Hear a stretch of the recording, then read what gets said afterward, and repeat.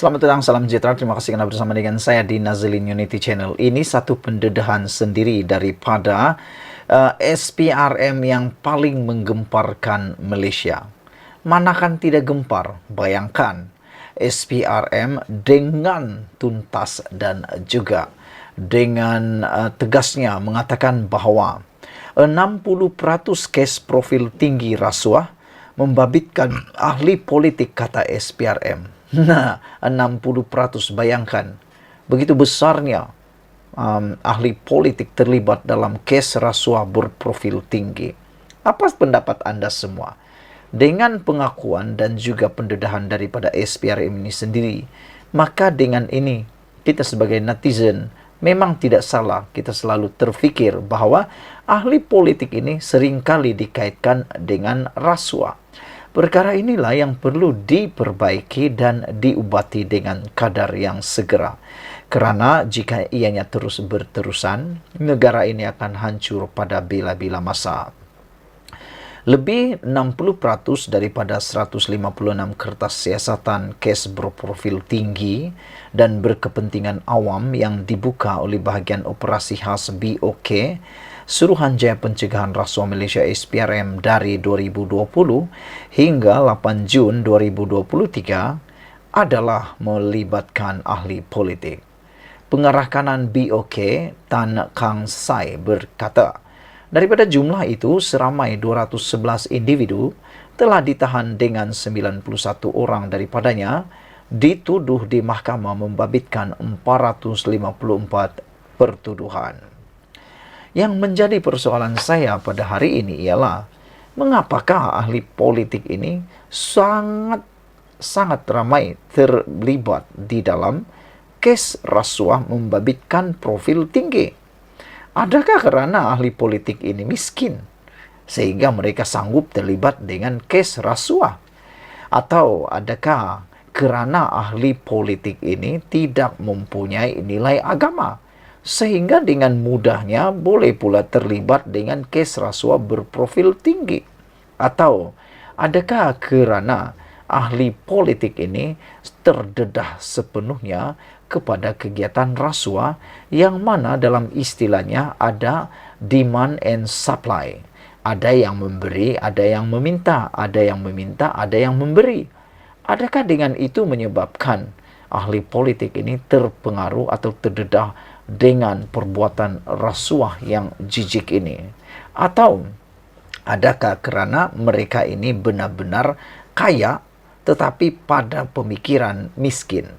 Itu 4 persoalan yang Anda boleh jawab. Pertama, adakah ahli politik ini miskin dari segi keuangan atau kaya tapi dalam bentuk hutang, sehingga mereka terdedah dan sanggup melibatkan diri dalam bidang atau dalam kes rasuah? Kedua, adakah kerana mereka ini tidak mempunyai nilai agama yang tinggi sehingga ahli politik terlibat dengan kes rasuah? Kerana pada pendapat saya, kalau seseorang itu mempunyai nilai keagamaan yang tinggi, pastilah ahli politik itu tidak akan sekali-kali menjerumuskan diri dengan kancah jijik berdosa ini. Dan perkara yang ketiga ialah, adakah kerana ahli politik ini tidak mempunyai pelajaran atau memang pura-pura tak tahu atau buat-buat bodoh, sehingga apabila adanya supply and demand, ada yang memberi, ada yang menerima, ada yang minta, ada yang memberi, mereka pula buat-buat tak faham apa itu rasuah. Ada ahli politik yang buat-buat tak perasan, buat-buat kononnya tidak sengaja terambil sehingga mereka terlibat dalam rasuah. Atau yang keempat, adakah mereka ini memang benar-benar kaya sehingga lupa tentang perkara miskin, sehingga mereka punya mindset menjadi miskin. Kaya dalam bentuk uang, tapi miskin dari segi mindset, sehingga tak pernah rasa-rasa cukup, tak pernah rasa cukup dengan keuangan dan gaji mereka, sehingga sanggup pula menyerah atau sanggup pula menerima, meminta maupun memberi rasuah. SPRM apabila mendedahkan perkara ini, kita terkejut. Dalam tempo sama, SPRM turut menyita wang tunai sebanyak Rp51.132 539 melucut hak harta wang tunai berjumlah Rm 10 berapa nih? 10 billion, lebih kurang 10 juta. Manakala serta mengeluarkan compound berjumlah 128 juta. Wah, ini bukan satu jumlah yang kecil. Bayangkan, uang yang disita, uang tunai sebanyak 51 juta. Orang-orang politik memang kaya raya sampai uang tunai yang disita boleh capai 51 juta. Bayangkan, uang disita, uang tunai yang disita 51 juta. Dari mana duit ini ya? Dari mana duit ini begitu banyak? Selain itu, uang tunai melucut hak harta dan uang tunai berjumlah 10 juta dan mengeluarkan compound berjumlah 128 juta. Punya banyak kan? Itulah saya cakap tadi. Agak-agak lah kan, kenapa ahli politik ini sanggup melakukan rasuah dan macam mana dong boleh kaya sampai begini? Menurut SPRM, mengendalikan siasatan melibatkan golongan berprofil tinggi dan kes berkepentingan awam mempunyai cabaran yang tersendiri, terutamanya dalam menyiasat transaksi keuangan, membabitkan bank dan institusi keuangan luar negara. Beliau berkata, tugas menyiasat jejak keuangan menjadi sukar apabila wang berkenan dipindahkan ke akaun di luar negara kerana setiap negara mempunyai undang-undang berlainan bagi melindungi sistem perbankan mereka. Menurutnya, bank dan institusi keuangan terlibat mempunyai hak untuk tidak bekerjasama dan tidak menyerahkan maklumat mengenai akaun yang disiasat. Berikutan itu, kita dapat lihat kebanyakan bukti berkaitan jejak keuangan yang dibawa ke mahkamah hanya melibatkan bank dan institusi keuangan tempatan sahaja. Tan berkata, antara kes berprofil tinggi berjaya disiasat oleh BOK termasuk Ops Mitra, Ops Saya, dan Ops Mari melibatkan penyalahgunaan dana berjumlah ratusan juta ringgit yang disediakan oleh kerajaan bagi pembangunan masyarakat India, pekerja dan industri otomotif negara. Selain itu, katanya, antara cabaran lain turut dihadapi oleh BOK ialah apabila sesuatu kes disensasikan oleh pihak media dan ahli politik sebelum penyiasatan berjalan atau selesai, menyebabkan pihak terlibat mengambil kesempatan menghapuskan dokumen-dokumen penting seperti transaksi keuangan, malah ada yang melarikan diri. Sekian dulu untuk kali ini. Jangan lupa tinggalkan komen Anda, sila tekan butang subscribe. Kita jumpa lagi. Bye-bye. Selamat pagi, salam sejahtera. Terima kasih kerana bersama dengan saya di Nazilin Unity Channel. Pada petang tengah hari ini, satu keputusan diumumkan menggemparkan Perikatan Nasional dan juga Muhyiddin Yassin. Dengan ungkapan habislah Perikatan Nasional dan Muhyiddin, Anda mesti tertanya-tanya, apakah isi kandungan konten kali ini? Ianya berkaitan dengan gelombang sokongan buat Perikatan Nasional kian reda, sengit di Kedah dan Kelantan. Wah, pilihan raya tidak lama lagi akan berlangsung di Kedah dan Kelantan. Walau bagaimanapun, ada satu dapatan, satu kajian menunjukkan bahawa gelombang sokongan buat Perikatan Nasional kian reda dan data menunjukkan bahawa akan ada pertembungan sengit di Kedah dan Kelantan. PKR menangkis dakwaan kononnya terdapat gelombang peralihan undi dan sokongan kepada Perikatan Nasional pada pilihan raya negeri PRN bagi 6 negeri dijangka bulan depan. Timbalan Presiden PKR Rafizi Ramli berkata, data awal kajian sehingga Jun lalu menunjukkan sokongan kepada Perikatan Nasional semakin reda dan persaingan sengit akan berlaku di Kedah dan Kelantan.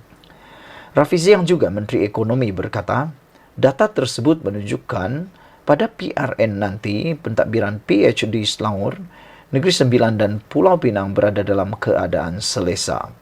Data kajian tersebut akan didedahkan dalam masa terdekat menjelang PRN, katanya kepada pemberita, Selepas menghadiri Majlis Perjumpaan Menteri Ekonomi bersama warga Kementerian Ekonomi di Putrajaya hari ini, Pengerusi Perikatan Nasional Muhyiddin Yassin pada 26 Jun lalu mendakwa gelombang Perikatan Nasional yang berlaku pada PRU 15 lalu akan berterusan pada PRN di Selangor, Negeri Sembilan, Pulau Pinang, Kedah, Terengganu dan Kelantan. Semalam, Setiausaha Suruhanjaya Pilihan Raya SPR Iqmal Rudin Ishak berkata, SPR telah menerima notis pembubaran rasmi Dewan Undangan Negeri Dun Kedah, Kelantan, Terengganu, Pulau Pinang, Selangor serta Negeri Sembilan daripada speaker Dun masing-masing. SPR akan mengadakan mesyuarat khas hari ini untuk membincangkan tarik-tarik penting PRN di 6 negeri berkenan. Menjadi persoalan besar juga pada pagi ini ialah ke mana ataupun sampai mana gelombang hijau akan berlaku. Pilihan raya pada peringkat parlimen pada tahun 2022 menyaksikan perubahan undi yang luar biasa ke atas Perikatan Nasional. Fenomena ini disebut sebagai gelombang hijau. Menerusi momentum PAS pada 2018, gabungan PN mendominasi semua peti undi di Kelantan, Perlis dan Terengganu dan menang semua kecuali 1 kerusi parlimen di Kedah.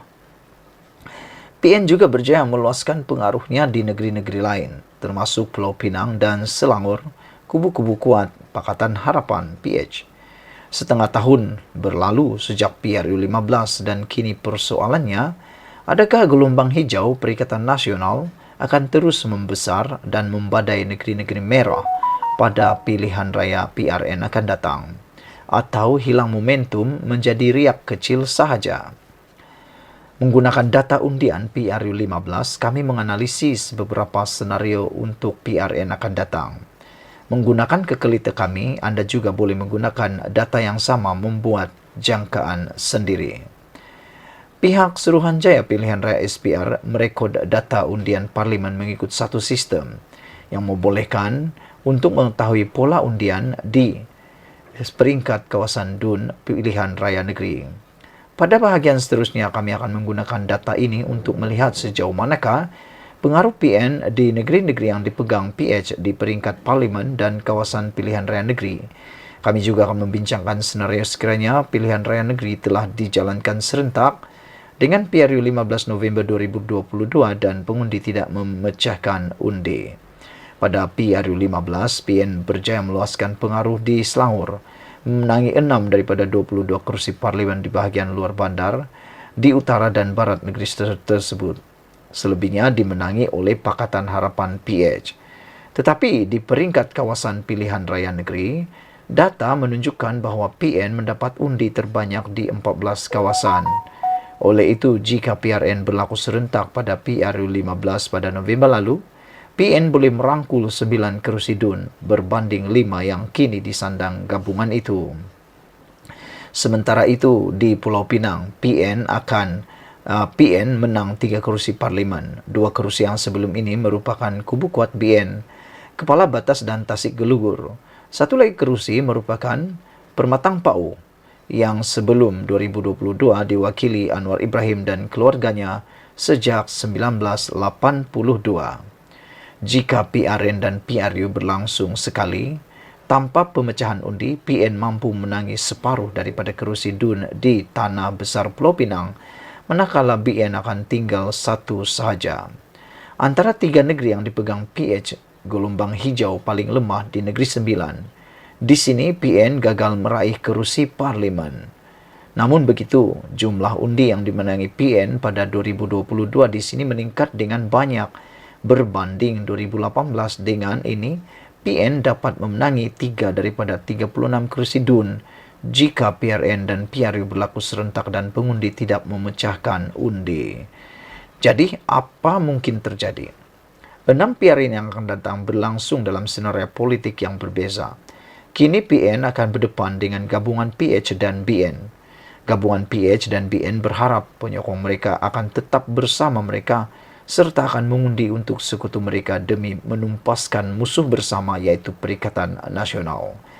Menggunakan data undian terperinci yang disediakan oleh SPR, kita dapat menjangkakan jumlah kerusi yang dapat dimenangi oleh gabungan PHBN melalui sebab kekelites seperti di bawah.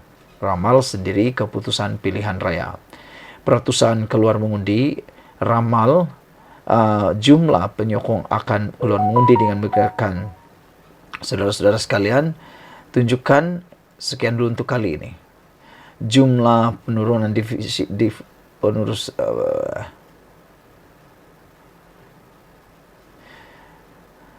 saudara-saudara sekalian, semasa PRN Johor pada Mac 2022, yaitu pilihan raya pertama sejak undi 18, PH menerima 47% kurang undi berbanding jumlah undi yang diraihnya di Johor pada PRU 15. Bagi PN pula, jumlah pengundinya yang keluar mengundi pada PRN kurang 23%, manakala jumlah pengundi keluar untuk BN adalah sama. Semasa pilihan raya Tioman, jumlah undi PN juga sebanyak 23 berbanding sekarang.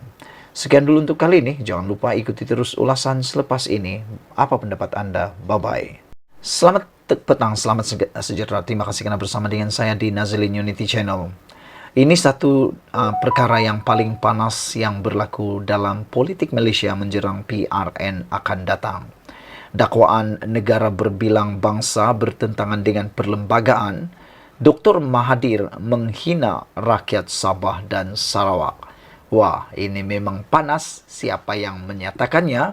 Siapa lagi kalau bukan pemimpin daripada Sabah sendiri, Wilfred Madius Tangau. Beliau membantah kepelbagaian bangsa dan kaum di Malaysia dikecilkan kepada Melayu Malaya semata-mata. Saudara-saudara sekalian, menurut Madius Tangau, Malaysia yang disertai Sabah dan Sarawak pada 1963 merupakan tanah bebas dan berdemokrasi, bukannya berdasarkan etnokrasi Melayu atau teokrasi Islamis, kata Wilfred Madius Tangau. Itu sebabnya Madius kata, Mahathir dakwa negara berbilang bangsa bertentangan perlembagaan sebenarnya satu penghinaan kepada rakyat Sabah dan Sarawak. Ahli Parlimen Tuaran Wilfred Madius Tangau membidas bekas Perdana Menteri Dr. Mahathir Mohamad susulan kenyataan kontroversi berkait tanah Melayu dan identiti berbilang bangsa Malaysia, menyifatkannya berbaur penghinaan kepada penduduk Malaysia Timur, khususnya Sabah dan Sarawak. Dalam kenyataan, bekas Presiden APCO itu berkata, serangan Mahathir terhadap kepelbagaian dan sekularisme mendedahkan niat jahat imperialis dan penjajah Malaya dan melihat Sabah dan Sarawak sebagai hak milik penjajah orang Melayu Malaya. Beliau mengingatkan Mahathir, ketika pembentukan Malaysia pada 1963, ia merupakan kesatuan 4 negara sekular dan pelbagai kaum, yaitu Malaya Semenanjung, Singapura, Sabah dan Sarawak. Dr. Mahathir, dengar baik-baik. Kalau anda perlu diberi peringatan, Sabah dan Sarawak bukan hak milik penjajah dipindahkan daripada Great Britain kepada tanah Melayu, kata Madius Tangau. Kami tidak memilih menggantikan British dengan Malaysia sebagai tuan penjajah pada 1963.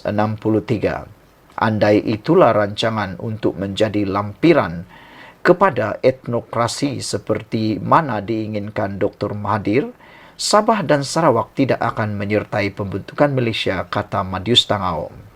Beliau berkata, jika mana-mana pihak mahu mengubah kontrak sosial pada 1963 dengan diam-diam menjajah Sabah dan Sarawak, justru merekalah yang membawa Malaya keluar dari Malaysia. Malaysia yang disertai Sabah dan Sarawak pada 1963 merupakan tanah bebas dan berdemokrasi, bukannya berdasarkan etnokrasi Melayu atau teokrasi Islamis. Dengan menghina rakyat Sabah dan Sarawak sebagai subjek imperialis dan penjajah Malaya, Dr. Mahathir mengisytiharkan perang terhadap idea pembentukan Malaysia, katanya. Katanya lagi, Sabah dan Sarawak terdiri daripada pelbagai bangsa, antaranya Kadazan, Dusun, Murut, Bajau, Suluk, Iban, Bidayu, Orang Hulu dan Melanau. Beliau membantah kepelbagaian bangsa dan kaum di Malaysia dikecilkan kepada Melayu Malaya semata-mata. Pada sidang media minggu lepas, Mahathir mendakwa usaha mempromosi negara berbilang bangsa bertentangan dengan Perlembagaan Persekutuan yang menekankan kemelayuan Malaysia. Mahathir juga mendakwa ada percubaan orang dari negara lain untuk mengubah Malaysia daripada tanah Melayu menjadi sebuah negara berbilang bangsa. Mahathir yang juga bekas pengurusi Bersatu di Petik berkata, orang ini tidak mengiktiraf orang Melayu sebagai pengasas dan pembangun Malaysia. Saudara-saudara sekalian, apabila Madius Tangau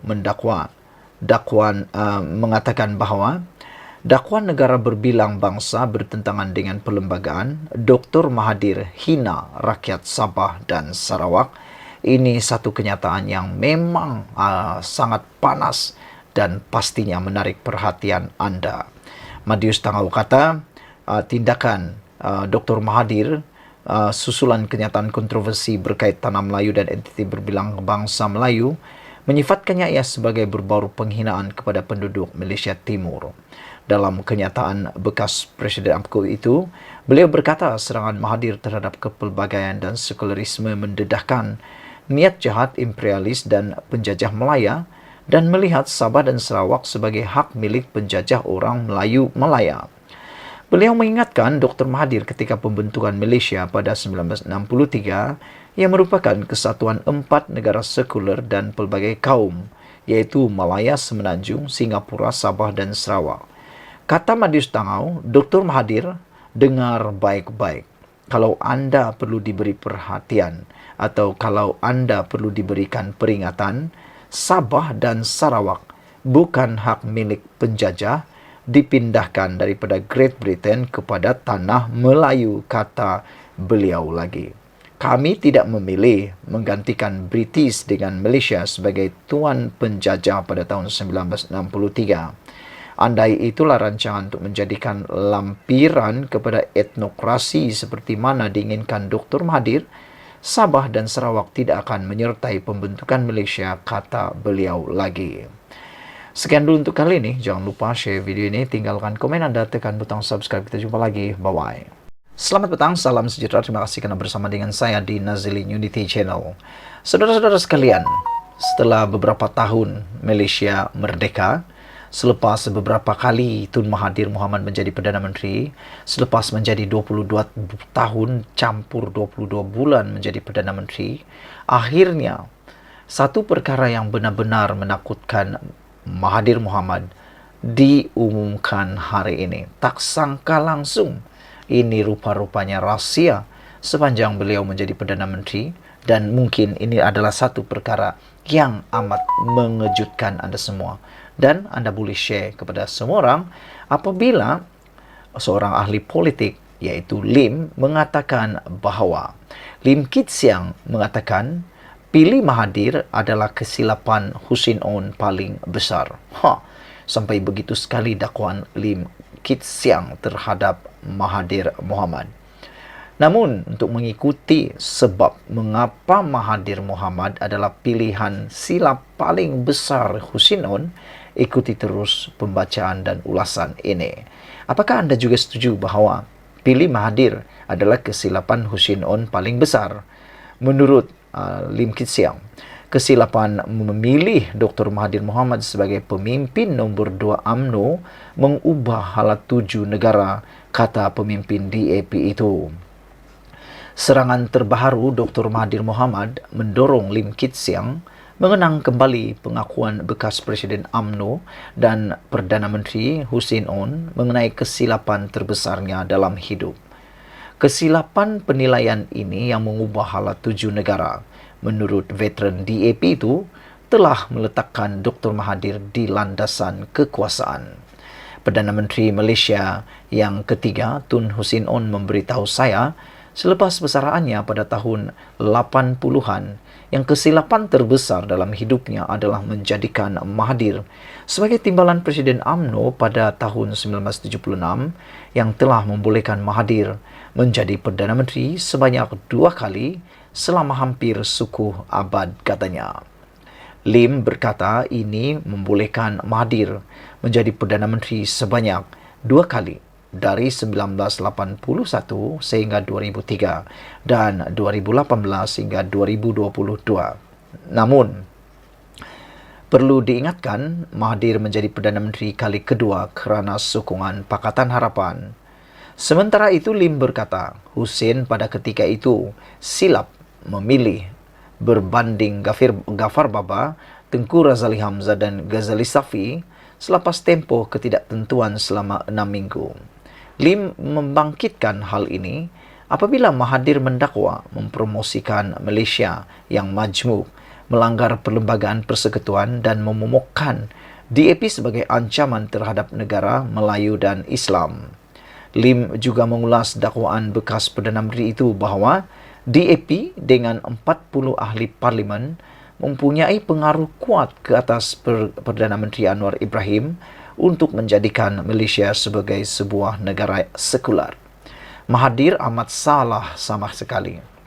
Adakah DAP yang ada 42 orang ahli parlimen selepas pilihan raya umum 2018, angka yang lebih besar berbanding dengan sekarang, mengugut Mahathir selama 22 bulan dia mengetuai Kerajaan Pakatan Harapan untuk menggantikan Islam sebagai agama rasmi negara?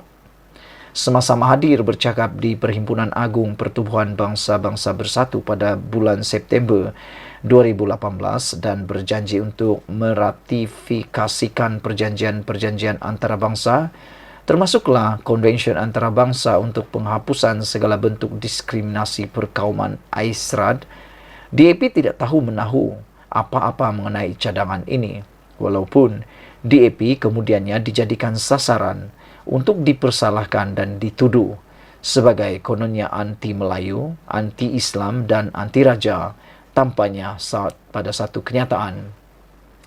Lim juga mengkritik Mahathir kerana seolah-olah jahil mengenai perlembagaan walaupun menjadi Perdana Menteri sebanyak 2 kali selama hampir suku abad.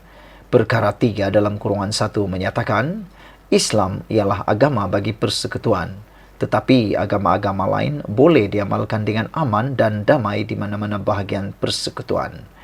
Tidak ada apa-apa peruntukan untuk apa-apa agama rasmi dalam perlembagaan Malaysia. Tetapi persefahaman dan toleransi golongan bukan Islam di Malaysia terhadap Islam di Malaysia adalah dalam bentuk di mana semua rakyat Malaysia sama ada Buddha, Hindu, Kristian, Sikh atau Tua tidak mempunyai bantahan untuk Islam menjadi agama rasmi di Malaysia. Perkara yang sama juga terpakai kepada DAP, katanya lagi. Lim berkata dia gagal memahami bagaimana Mahathir boleh membuat kesilapan bahawa mempromosikan Malaysia sebagai negara berbilang kaum itu bertentangan dengan perlembagaan. Adakah Mahathir mengatakan yang wawasan 2020 dengan 9 cabaran strategiknya juga bertentangan dengan perlembagaan? 3 Perdana Menteri terawal negara, Tunku Abdul Rahman, Razak Hussein dan Hussein On, berpegang dengan idea negara majmuk.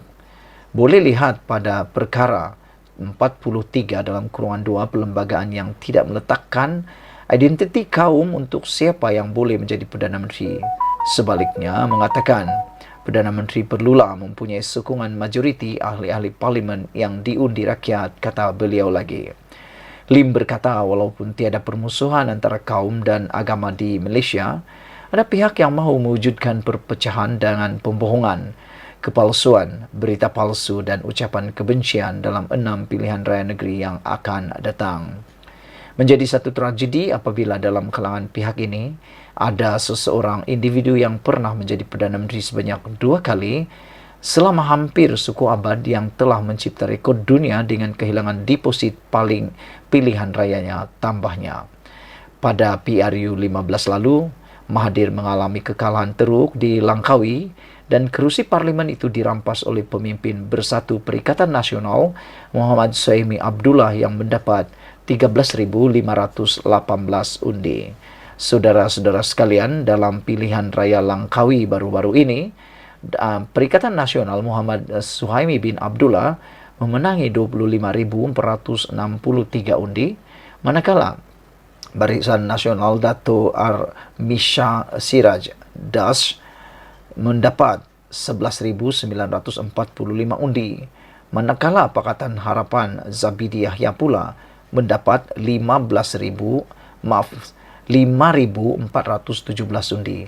Dan yang paling mengejutkan sekali ialah Mahathir Mohamad hanya mampu mendapat undi sebanyak 4.566 undi sahaja. Manakala seorang lagi calon bebas Datuk Paduka Abdul Kadir hanya mendapat 89 undi. Sekian dulu untuk kali ini. Jangan lupa tinggalkan komen anda, tekan butang subscribe. Kita jumpa lagi. Bye-bye. Selamat petang, salam sejahtera. Terima kasih karena bersama dengan saya di Nazlin Unity Channel. Inilah kerja paling gila pernah dibuat oleh UMNO dan Barisan Nasional kalau betul-betul ini terjadi. Apa ulasan kali ini? Jangan lupa tinggalkan komen anda, tekan butang subscribe untuk mendapatkan isu-isu terkini dari channel ini. Saudara-saudara sekalian, anda pasti mengenal Lokman Adam, yang kadang-kadang macam jadi juru cakap UMNO, macam jadi juru cakap Barisan Nasional pula.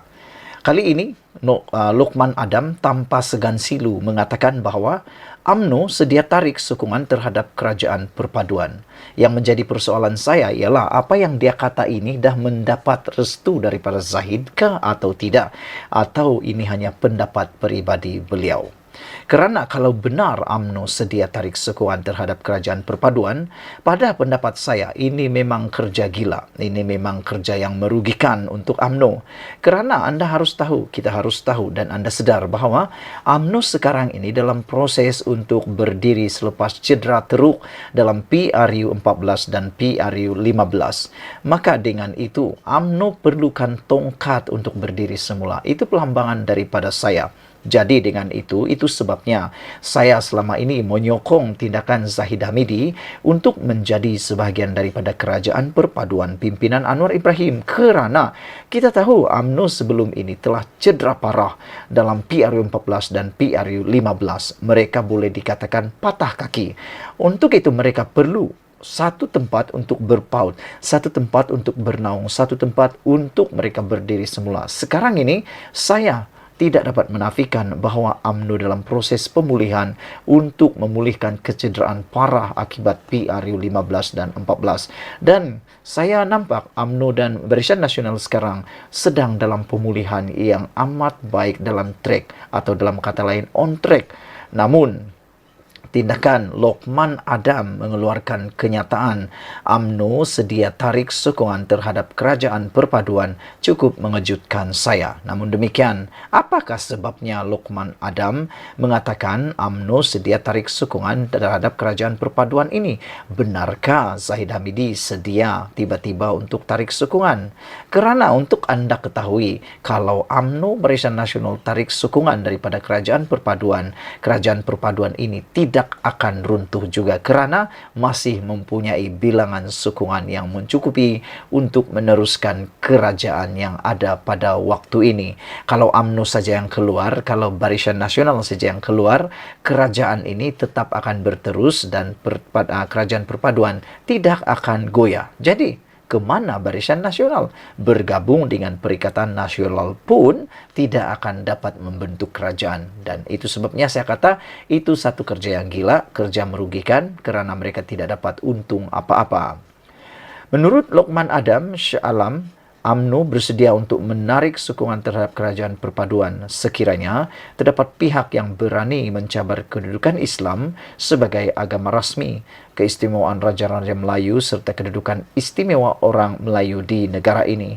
Ahli Majlis Kerja Tertinggi MKT UMNO, Datuk Lokman Nur Adam berkata, tidak mustahil perkara itu boleh berlaku dalam kerajaan perpaduan. Kerana sebelum ini, UMNO pernah menarik sokongan terhadap bekas Perdana Menteri Tan Sri Muhyiddin Yassin. Saya ingin memberikan satu kata-kata hikmat untuk Lokman Adam. Lokman Adam harus ingat, jangan sampai Barisan Nasional UMNO dicop sebagai pakar tarik sokongan.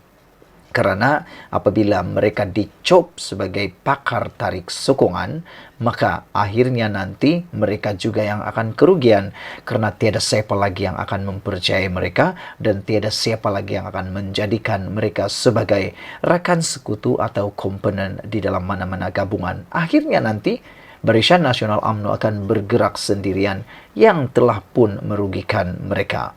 Ini terbukti apabila mana-mana parti politik pada waktu ini bergerak solo tidak akan membawa apa-apa keuntungan. Contohnya, Parti Pejuang, walaupun mereka masuk dalam GTA, mereka kalah teruk. Itulah sebabnya kalau UMNO bergerak sendiri, mereka tidak akan mampu untuk bangkit semula. Katanya, selagi Barisan Nasional BN berada dalam kerajaan perpaduan, perkara-perkara tersebut akan dijaga. Tun Dr. Mahathir, Tan Sri Abdul Hadi Awang dan Muhyiddin tidak boleh kawal DAP. Tapi yakinlah dengan BN, kita boleh kawal gerakan dari sebuah parti yang ekstrim pada suatu ketika dahulu. Jadi, saya minta kepada rakan-rakan yang takut DAP kuasai kita, setakat ini, alhamdulillah, selagi BN berada dalam kerajaan, kami akan pastikan ia tidak akan berlaku, kata beliau. Lagipun mereka sudah beri jaminan akur dengan perlembagaan. Beliau berkata demikian ketika menjadi panelis pada wacana Siri, Sinar Siri 404 bertajuk Adakah Bom Jengka kedua yang disiarkan secara langsung di semua platform Sinar Harian pada Selasa. Turut menjadi panel ialah Naib Pengerusi PKR Perak Muhammad Arafat Varisai Muhammad, Ahli Dewan Tertinggi Mufakat Nasional MN Datuk Tun Faisal Ismail Aziz serta Ahli Jawatan Kuasa Penerangan Parti Pribumi Bersatu Malaysia Bersatu Badrul Hisham atau dikenali sebagai Cikgu Gad. Mereka ini adalah Anwar Musa, Tun Faisal dan juga bekas Perdana Menteri Ismail Sabri yang berkomplot melengah-lengahkan pilihan raya kada ketiga itu. Kita sudah menang di Johor dan Melaka. Selain pembangkang juga berada dalam keadaan kucar-kacir. Sepatutnya terus buat pilihan raya. Saya yakin BN akan menang dan mampu membentuk kerajaan secara persendirian, ujar Lokman Adam lagi. Saudara-saudara sekalian, ini satu perkara apabila Lokman Adam menyatakan beliau turut mendedahkan kegagalan UMNO pada pilihan raya umum PRU15 disebabkan sabotaj daripada orang dalam. Jadi akhirnya Lokman Adam membawa pendedahan punca kegagalan UMNO dalam pilihan raya yang beliau kata disebabkan sabotaj orang dalam. Inilah sikap yang pada pendapat saya perlu dihakis oleh Lokman Adam. Berhenti menyalahkan orang lain atas kekalahan. Belajarlah untuk muhasabah diri dan memperbaiki diri. Karena sampai bila mau salahkan orang, tidak ada satu perkara pun yang boleh diperbaiki kalau asyik-asyik nak menyalahkan orang. Jadi saudara-saudara sekalian, itu sebabnya Lokman Adam mengatakan UMNO sedia tarik sukan terhadap kerajaan perpaduan kerana Lokman kata jika ada pihak berani mencabar kedudukan Islam dan agama sebagai agama rasmi dan keistimewaan Raja-Raja Melayu serta kedudukan istimewa orang Melayu, maka mereka tidak teragak-agak untuk menarik sokongan terhadap kerajaan perpaduan. Lokman Adam harus tahu yang cuba-cuba untuk mengaitkan perkara-perkara seperti ini bukanlah DAP tetapi mungkin ada orang lain. Apa pendapat anda semua? Sila tinggalkan komen anda, tekan butang subscribe. Malaysia kita punya, kita jaga sama-sama, cintai Malaysiaku. Kita jumpa lagi, bye-bye. Hore, hore, hore, hore. Kita akhirnya menemui jawapan yang kita tunggu-tunggu. Kita tunggu-tunggu jawapan ini daripada Anwar Ibrahim. Kita memang suka apabila Anwar Ibrahim menjawab, menemplak apa yang didakwa oleh Mahathir Mohamad. Kita tunggu-tunggu, memang kita tunggu-tunggu dari kemarin sampailah pagi ini, sampailah ke petang ini, kita tunggu jawapan Anwar Ibrahim tentang dakwaan Mahathir. Kononnya Anwar Ibrahim ini seakan-akan boneka kepada DAP. Akhirnya yang kita tunggu-tunggu Anwar Ibrahim nyatakan, jari Anwar Ibrahim macam ni gambar tu. Saya bukan boneka sesiapa. Ini kita tunggu-tunggu. Jawapan tuntas, jawapan berani, jawapan tak tangguh-tangguh, jawapan yang memalukan Mahathir semula. Apabila Mahathir mendakwa, Anwar Ibrahim seakan-akan boneka kepada DAP. Tapi Anwar Ibrahim jawab. Dia jawab Mahathir. Anwar Ibrahim kata, saya bukan boneka sesiapa. Anwar balas dakwaan Dr. Mahathir, kerajaan akur kepada DAP. Perdana Menteri Anwar Ibrahim membalas semula kenyataan yang membayangkan dia tunduk kepada mana-mana pihak.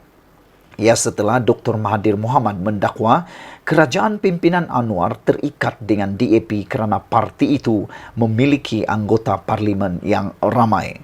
Ada dibahaskan kata kita tunduk kerana dukungan parti berasaskan Cina, DAP yang menguasai kerajaan. Perdana Menteri adalah saya. Saya bukan boneka sesiapa, kata Anwar Ibrahim. Alhamdulillah umur saya akan cecah 76 tahun. Saya tak boleh dibeli dengan wang ringgit. Kalau boleh dibeli, saya dah melencong lama dah, katanya dalam forum di Putrajaya hari ini.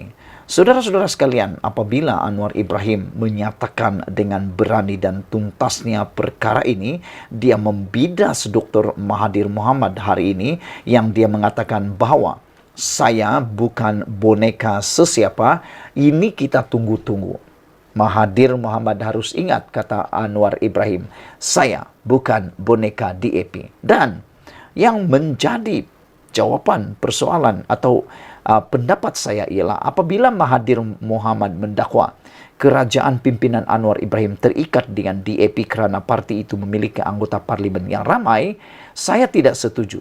Kerana PKR juga memiliki kerusi yang hampir sama banyak dengan DAP. Walaupun DAP mempunyai kerusi yang banyak, tapi DAP sebenarnya tidak mempunyai asas untuk mengugut Anwar Ibrahim. Kalau DAP nak meninggalkan Anwar Ibrahim, DAP dapat apa? Itu persoalan dia. Tak ada apa-apa. Kamu ingat, nak tinggalkan kerajaan itu semudah petik jari ke? DAP nak meninggalkan Anwar Ibrahim itu semudah petik jari ke? Tak mungkin. Hanya parti-parti tertentu yang semudah petik jari meninggalkan kawan mereka sendiri. Antaranya kamu tahu, tak perlulah saya cakap, Anda tahu siapa parti itu yang dengan mudah meninggalkan gabungan, yang mudah meninggalkan rakan, yang dengan mudah menarik sokongan. DAP tak pernah tarik sokongan. Selain itu, Anthony Locke juga telah mengatakan bahawa Mahathir ni dah lupa ke bahawa ketika Mahathir menjadi Perdana Menteri, yang menyokong, yang mendukung Mahathir menjadi Perdana Menteri sebanyak 42 kerusi ialah DAP. Anthony Locke tanya kepada Mahathir, Mahathir dah lupa ke waktu kamu jadi Perdana Menteri, yang menyokong kamu jadi Perdana Menteri itu ialah 42 kerusi DAP yang menyokong Anda. Tapi Mahathir mula lupa, tak kenang jasa DAP. Lepas DAP dah bersama Anwar Ibrahim, lepas Mahathir dah tak berkuasa lagi, lepas Mahathir tak boleh buat apa-apa lagi, dah dibuang, dah tak di harga tak diundi lagi. Akhirnya dia kata DAP pula yang membonekakan Anwar. Tapi dia lupa bahawa DAP pernah bersama dengan dia, menyokong dia jadi Perdana Menteri. Dan yang lebih hebat lagi, saudara-saudara sekalian, ialah dia lupa DAP tak pernah menarik sokongan kepada mana-mana Perdana Menteri, termasuklah Mahathir Mohamad. DAP tak pernah tarik sokongan, tapi yang tarik sokongan kepada Mahathir Mohamad siapa? Azmin Ali dan juga Muhyiddin Yassin. Mereka yang menarik sokongan. Mereka yang menarik sokongan daripada kerajaan perpaduan, sehingga Mahathir akhirnya terpaksa letak jawatan. Itu yang perlu Mahathir ingat. Tapi dia lupa. Dia lupa. Inilah sikap yang paling kita kata tahap hipokrasi tahap tertinggi. Jadi saudara-saudara sekalian, apabila Anwar Ibrahim kata saya bukan boneka DAP, dengan itu kita setuju. Saya sangat setuju Anwar Ibrahim tidak akan dapat diugut oleh DAP, kerana DAP lah yang memerlukan Anwar Ibrahim, bukan Anwar Ibrahim yang memerlukan DAP. Kalau DAP hendak pergi daripada kerajaan ni, kemana dia? Kemana dia? Anwar Ibrahim tak ada apa-apa takut pun, dan sudah terbukti waktu dua kali Anwar Ibrahim. Kali pertama Anwar Ibrahim membuat mengusulkan sendiri. Undi tidak percaya terhadap dirinya sendiri. Belum pernah Perdana Menteri buat begini. Tapi Anwar Ibrahim sanggup buat. Akhirnya dia menang 2/3, hampir 2/3 di Dewan Rakyat. Kali kedua Anwar Ibrahim buat lagi, dia cabar pula pembangkang kali ini. Dia kata, Anwar Ibrahim kata, kalau ini Anda pula bawa usul. Tapi apa terjadi? Pembangkang tak berani nak buat undi usul, tak percaya terhadap Anwar Ibrahim. Jadi pada pendapat saya, ini adalah satu gagasan yang bohong. Anwar Ibrahim bukan orang yang boleh dijadikan boneka. Dan Anwar Ibrahim sendiri mengakui bahwa dia tidak akan tunduk mana-mana kuasa. Anwar Ibrahim kata, saya adalah Perdana Menteri. Perdana Menteri adalah saya, kata Anwar Ibrahim. Saya bukan boneka sesiapa. Saya bukan boneka sesiapa, kata Anwar Ibrahim. Alhamdulillah umur saya akan cacat 76 tahun. Saya tak boleh dibeli dengan uang ringgit, kata Anwar Ibrahim. Kalau dia boleh dibeli dengan uang ringgit, saya dah lama melencong, lama dah, kata Anwar Ibrahim. Jadi kita ucapkan tahniah syabas kepada Anwar Ibrahim.